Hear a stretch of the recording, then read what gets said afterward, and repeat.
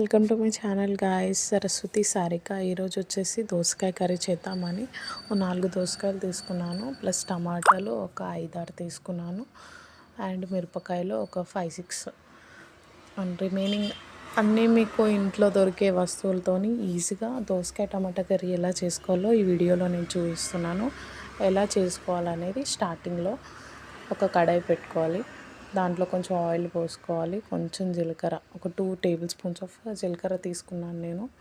వేసుకున్న తర్వాత మిరపకాయలు కోసుకొని ఒక 4-5 మిరపకాయలు వేసుకున్నాను. అవి వేగగానే దోసకాయలు కట్ చేసుకుంటున్నాను. ఉదిక్కు దోసకాయలు కట్ చేసుకున్న తర్వాత అది నీట్గా వాటర్లో వాష్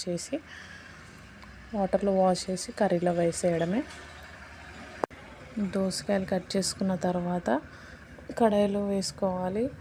కడాయిలో వేయించుకునేటప్పుడు ఫస్ట్ ఆయిల్లో మంచిగా ఫ్రై కావాలి. ఫ్రై అయిన తర్వాత టమాటాలు తీసుకోవాలి. టమాటాలు తీసుకొని ఒక 5-6 అవి ఒక సైడ్ కోసుకొని అవి దూరగా వేగిన తర్వాత టమాటాలు వేసుకోవాలి. టమాటాలు వేసుకున్న తర్వాత అవి గిట్ట ఆయిల్లో బాగా ఫ్రై అయినాక మనం పసుపు, అల్లం ఎల్లిగడ్డ. ప్రజెంట్ అయితే మేము మా స్వామి మాల వేసుకున్నాడు కాబట్టి నేను అల్లం ఎల్లిగడ్డ, ఉల్లిగడ్డ వాడట్లేను కాబట్టి పసుపు, కారం, ఉప్పు అనేది వేసుకొని ఫ్రై చేసుకోవాలి. ఫ్రై చేసుకున్న తర్వాత అది బాగా ఉడికినాక అప్పుడు కొంచెం వాటర్ అనేది యాడ్ చేసుకోవాలి. వాటర్ యాడ్ చేసుకున్న తర్వాత అది ఇంకో 2-3 వాటర్ యాడ్ చేసుకున్నాక ఫస్ట్ అది ఉడికిందా లేదా అనేది గమనించాలి.